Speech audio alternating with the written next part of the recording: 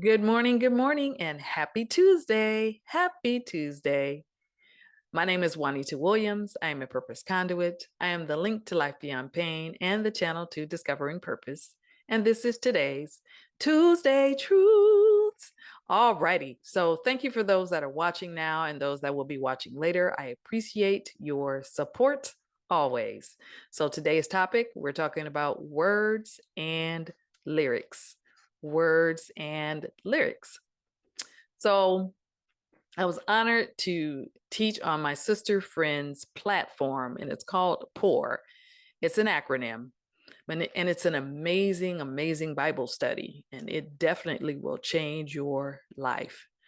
So if you want to find her and find more information about POUR, you can look her up on Facebook at RC Keeks.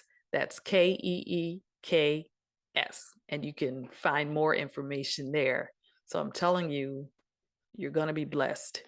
If you choose to follow her and join her Bible study, you will be blessed. So this week, I was honored to be able to speak on her platform, like I said. And this week, let me just backtrack. She has different sessions that she teaches on, and she goes as the Lord leads. So this session, we went through songs and broke down the lyrics biblically in a nutshell. So this was my week, and I'm honored to be able to speak on her platform. And through my research and studying on the song that I was given, God showed me and he challenged me with something different about words and lyrics. One of the things he showed me was none of us know or understand why songwriters choose their lyrics. Like, who can know their heart but God? Only God knows their heart. None of us know the situation, what the person may have been going through, unless they share it with us. And in most cases, we never hear the reason behind the song. So in 2016, I was listening to a message by Christine Kane. I don't really remember what the topic of the message was. I don't really remember what the rest of the message was about.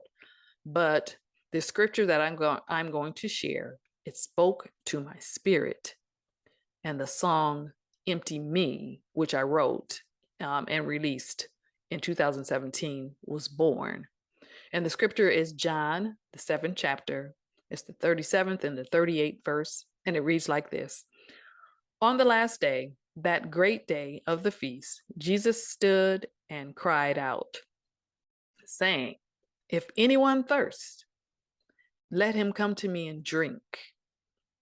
He who believes in me, as the scripture has said, out of his heart will flow rivers of living water. And that's John, the 7th chapter, the 37th through the 38th verse. And this is the New Living Translation. It's the translation I always read from unless I, choose to use another translation. So I was still in a broken place when God gave me this song. Excuse me. And now that I look back, I was at the beginning stages of my healing process and my soul awakening. God was showing me through the lyrics that he gave me that even in my brokenness, he could still use me, and out of my belly would flow rivers of living water. He was doing something special in me, and he'll do something special in you as well. So I have a question for you.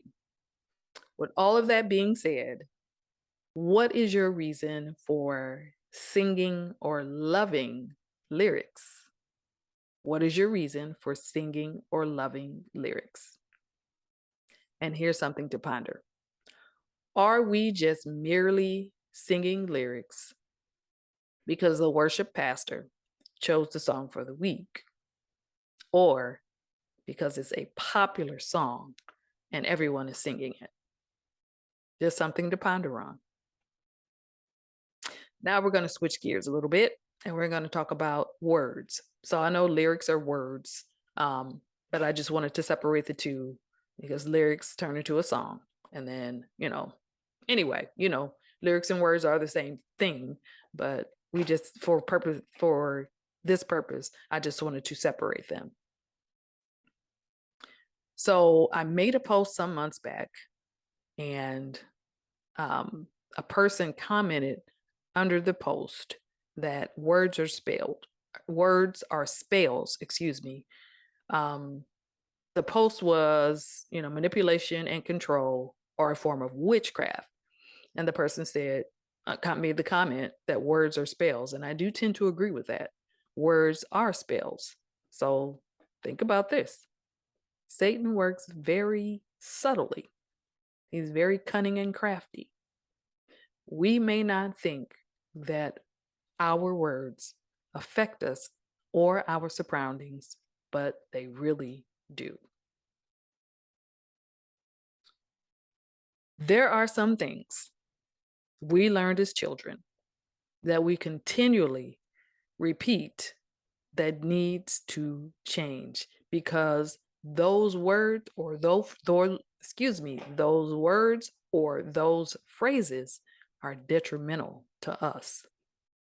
And here are a few examples. I'm broke. How many of us have said that or say that? I'm broke. I can't. I can't do that, or I can't whatever. I can't. I don't have. I don't have. And then words spoken over us may go something like this. You're just like your fill in the blank. Your father, he had no good, whatever. Your mother, she had no good, whatever. You're just like. Or you ain't never gonna be nothing. Or something like that. Whatever those damaging words were that were spoken over you. So when you hear something over and over again, you start believing it. Same thing with words. If you repeat something over and over again, you start believing it and then you act on it. So now I am very intentional about my words now that I know better. I'm very intentional. And, I ain't saying that, everybody's perfect because nobody is. And we're not going to say some stuff that, may be detrimental to us. Some stuff we say, we don't even know that we are speaking negativity over ourselves and in our lives. Some things we say, we don't even realize that we're doing that. So that's why I'm very careful. Sometimes I may say something, then now that I know, I will go back and rephrase whatever I said because I'm like, yeah, no, I want to speak positivity over my life and the lives of others as well. So, I try to be very intentional about the words that come from my mouth. Even with song lyrics, be careful about repeating those lyrics, especially if they are negative or they stir up strife. Be very careful because you're speaking those lyrics or those words into the atmosphere, and it will have an effect on your life and your surroundings. Philippians 4:8 reads like this, and this is the New Living Translation. It says, "And now, dear brothers and sisters, one final thing. Fix your thoughts on what is true and honorable and right and pure and lovely and admirable. Think about these things that are excellent and worthy of praise." And that's Philippians, the 4th chapter and the 8th verse. Think on what's true and honorable, what's right and pure, what's lovely and admirable, whether it's about somebody else or yourself. And then as you're thinking on these things, you speak these things that are true and honorable and right and pure and lovely and admirable. You want to speak positivity over yourself and you want to speak positivity over others because you don't want somebody's, life to be affected by what you were saying, especially if they can hear you. I mean, we shouldn't be throwing shade at people anyway. Just put it like that. We shouldn't be, whether they can hear us or not. But really, we ought to be encouraging. We ought to always speak encouraging words over ourselves and over our others and over others. I mean, I said over our others, but over others. You know exactly what I mean. So, words and lyrics.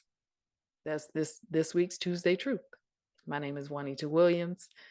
I am a purpose conduit. I am the link to life beyond pain and the channel to discovering purpose. And this is today's Tuesday Truths. I hope this word blesses you and I hope it encourages you and to help you to encourage somebody else as well. So I will see you all next week, God willing. Bye bye now.